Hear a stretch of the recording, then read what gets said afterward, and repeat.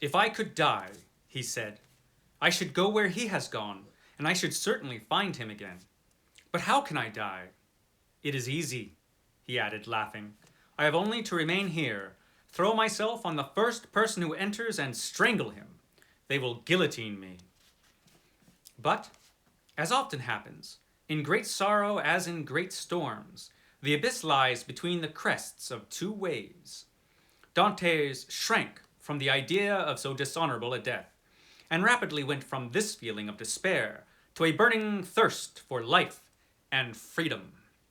"Die? No! No!" he cried. "It is not worth living so long and suffering so much to die now. Death was welcome previously, when I made a resolution to meet it many years ago, but now it would truly be conceding too much to my miserable fate. No, I want to live. I want to struggle to the end. No, I want to recover the happiness that has been taken away from me. I am forgetting that, before I die, I have my enemies to punish, and who knows, perhaps a few friends to reward. But now that I am forgotten here, I shall not escape my dungeon except in the same way as Faria." At these words, Edmund remained motionless, his gaze fixed like a man who has suddenly been struck by an idea, but one that appalls him. At once he got up, put his hand on his forehead as if suffering from dizziness, walked around the room 2 or 3 times, and returned to the bed. "Ah," he exclaimed, "where did that idea come from? From you, God? Since only the dead leave this place freely, let us take the place of the dead." That is from this fantastic novel, The Count of Monte Cristo, by Alexandre Dumas. The Count of Monte Cristo, a brilliant and rather large book by Alexandre Dumas. So, welcome, my friends, welcome to the stately Vaughan Manor and your Sunday Penguin for today, which is The Count of Monte Cristo, which, like a lot of Dumas' novels, was serialized. It was serialized, and it took a while to serialize, too. It went from 1844 to January of 1846, I think, was how long it took to serialize this book. It took a while, and it is one of Dumas' most popular novels. It's up there with The Three Musketeers. I'm not sure which one of those two is more popular. They both deserve their popularity. They're both great books. This is probably the better book. This is an achievement, this one. This story takes place historically between 1815 and 1839. And it tells the story of Edmond Dantes, who was a sailor. And he's coming home on his ship, and his captain had passed away during the voyage. And so Edmond Dantes is coming home, and he's got a lot to look forward to, this guy Dantes. Because he's about to get married to his lovely fiancée. So he's got that to look forward to, and he's next in line to be the new captain of the ship that he's on.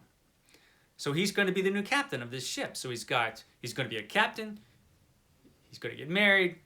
He's got a lot to look forward to, this young guy. Unfortunately, as sometimes happens, there are others who are jealous of him. And there is a little conspiracy that happens among a few men to frame Armand Dantes for treason.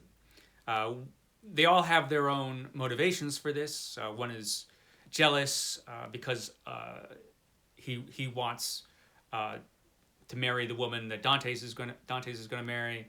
Another one is jealous of the fact that Dantes is going to be the captain of the ship.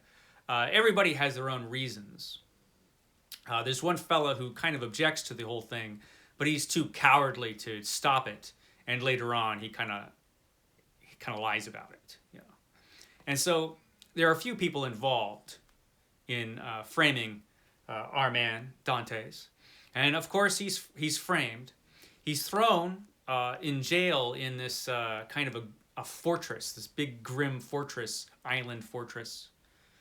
And he's imprisoned there in this fortress on this island for years and years. About 8 years into his imprisonment, he meets somebody. He meets the Abbé Feria, which means the mad priest, I believe. And then this Abbé Feria, he tunnels into Dante's cell. And so they become friends, these two, in their imprisonment. And the Abbé was, he was imprisoned unjustly too, of course. But a really smart guy. And he teaches Dante's all kinds of things. And so they're very close for all of these years. The Abbé Feria is teaching him all these things, and they're talking about all sorts of stuff. And then Feria passes away. And at this point, Dante's has been in prison for 14 years. And that's at the point where I just read. Dante comes up with a very clever scheme of escape. And he does manage to escape. Now, while they were in prison, Abbé Feria told Dante's about this treasure that could be found. And Dante's knows the location of this treasure, so of course he goes out to get the treasure. And he uses the treasure to finance revenge or justice, depending on how you look at it. And this is the part of the book that is interesting. The whole thing is interesting. But he completely transforms himself into a new person, Dante's does. He uses the vast wealth that he gets from this hidden treasure that he learned about. And he turns himself into the Count of Monte Cristo. This whole new identity that he creates for himself. And he uses this identity to get justice or revenge. Now, whether it's justice or just revenge, that's something for you to work out for yourself. And indeed, that's one of the themes of this story. Is it justice, what he's doing? Or is it revenge? And does it go too far in the end? The way this is structured, it's very episodic, as serialized novels tended to be. And this one went on for a long, long time. There are a lot of twists and turns in this novel. And you might be wondering, well, this thing is over 1,200 pages long. Do I want to spend that much time reading this old-timey book? That's a lot of time to spend reading a book. You do. Trust me, you do. This book is great. There are a lot of twists and turns in this book. There are a ton of characters in this book. There are plots and subplots to the subplots. The way that Dante's, or the Count, goes about his revenge. And he goes after these guys, and so there's one after the other that he's going to bring to justice or take revenge upon. And he does it, and it's just really cool the way he goes about doing it. This has been billed as kind of an adventure novel, but I don't think it is an adventure novel. It's more of a drama. It's a dramatic novel with some exciting parts. It's not like The Three Musketeers, where there's just fighting everywhere all the time. And that one is a bit lighthearted through a lot of the book. Not through all of it, but through a lot of it. This doesn't have that feel. This feels very different. It's a bit more serious. It takes itself more seriously. But it's still a ton of fun. It's really engaging, and it's engaging the whole way through. And part of it is that the episodic structure of this. You've got cliffhangers and heightened action all the way through the book. And so you go through the whole thing, and I at least, and many other readers besides myself, just didn't get tired of it, you know. It stayed fresh through the whole story, and it was kind of riveting, and you really just want to find out what's going to happen next as you're reading along. First, you want to find out, you know, what's going to happen to Edmond Dantes, how's he going to escape? Once he escapes, what's he going to do next?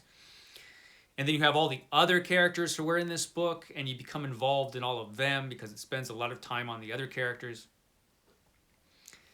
And there are a lot of themes in this book that are kind of heavier than you might expect. Not just revenge and justice, but hope and forgiveness, even regret. The